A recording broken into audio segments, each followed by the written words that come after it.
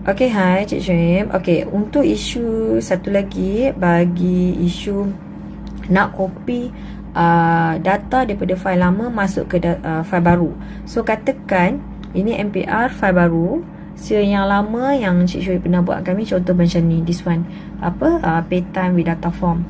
Okay, katakan nak copy bahagian staff list ni masuk ke dalam file baru kita tadi tu. So dia kena tengok kepada data tersebut. Data tersebut dia melibatkan formula ke tak. Kalau macam this one, kalau kita tengok, okay, staff list dia tak ada formula, melainkan dekat atas ni sajalah, yang macam kami inform sebelum ni kan. So tak ada masalah untuk copy, tapi kena ikut pada kolom lah. Katakan kat sini staff ID, staff name, address, IC number, date join, telefon number.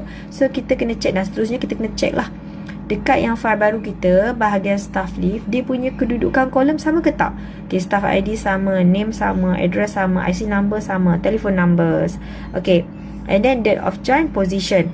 Okay, kalau kita tengok sini, date of join, position, kalau ikutkan file lama, date of join, okay, and then jawatan, telefon number, jawatan.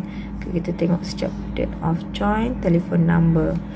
Okay, date of join, telefon number, jawatan, date of join, position. Okay, kita tengok date of join, telefon number. Kalau ikut yang letter, yang latest punya IC number, telefon number, baru date of join. Okay, so terbalik kan. So kat situ, kalau user nak copy nanti, dia punya kedudukan dia dah lari. Boleh je copy, tak ada masalah, tapi kedudukan lari dan dia punya format pun akan larilah. Tu untuk satu isu kalau nak copy. So it's better copy by column. Contoh kalau kita dah confirm, okay, kolom dia kedudukan yang sama, staff ID, staff name, address, IC number, date of join. Okay, kita double check kat sini, staff name, okay, address, IC number. Okay, kat sini tak sama kan. So sampai takat IC number saja user boleh copy. So 4 kolom ni tak ada masalah kalau user nak copy daripada file lama masuk directly. Okay, tak ada masalah.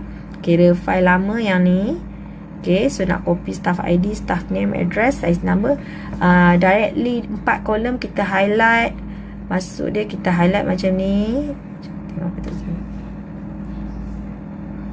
Okay, highlight macam ni, klik kanan. Okay, sekejap. Okay, highlight, klik. Sekejap.